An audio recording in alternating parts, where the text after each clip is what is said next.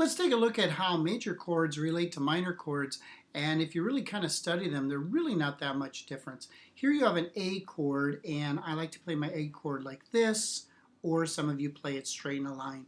But the important thing is notice where they are on the frets and also what strings we're using. When we go to the A minor, it's going to be the same three strings. The only difference is instead of all being in a straight line, your first finger is going to be on the second string on the first fret, and then the other two are still there. Now your fingering pattern does change a bit. You can do the A like this, or like I like to do it like a triangle. Now if I could take my fingers and actually go like this, which is like totally wrong, right? You could just slide that finger up. But how you do it is put finger 1 on the second string first fret, reach over to the fourth string second fret, and then lay that third finger right underneath there on the third string second fret.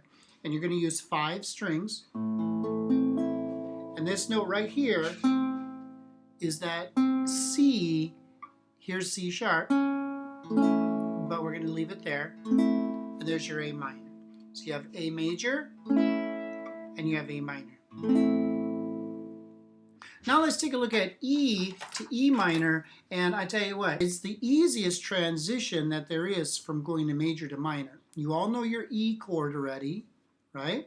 So you're going to do your E chord, and all you need to do is boop, lift up your first finger. That's it. And then you have that chord right there. So as you can see, the first finger is no longer there. All right, so that's E major to E minor. So play your E major with me, all 6 strings. And now all you have to do is raise the first finger and play all 6 strings again. Major, and there's the major note in there. And now when you lift it up, that adds that minor sound. And there you go. Now let's take a look at the D. We've already learned D, the upside down triangle. The one that's not on here is that D7, the right side up triangle. But notice how you're using just these 3 strings on the D and the D7 because the D7 was up here, right? Okay. Now let's look at the D minor. You're still going to use those 3 strings, but now finger 1 is going to be here on the first string, first fret. Finger 2 is on the second fret, third string, and finger 3 is going to be on the second string, third fret.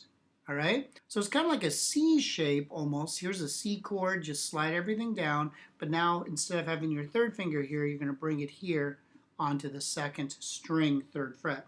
And again, you're only going to use 4 strings. And for some reason, of all the minor chords, I kind of like the D minor the best. I like A minor, and I like E minor. I like them all. But I really like how that D minor sounds. It just adds that mysteriousness that brings you back to A minor. It's just beautiful to me. Anyway, I'm getting lost in my own little world here.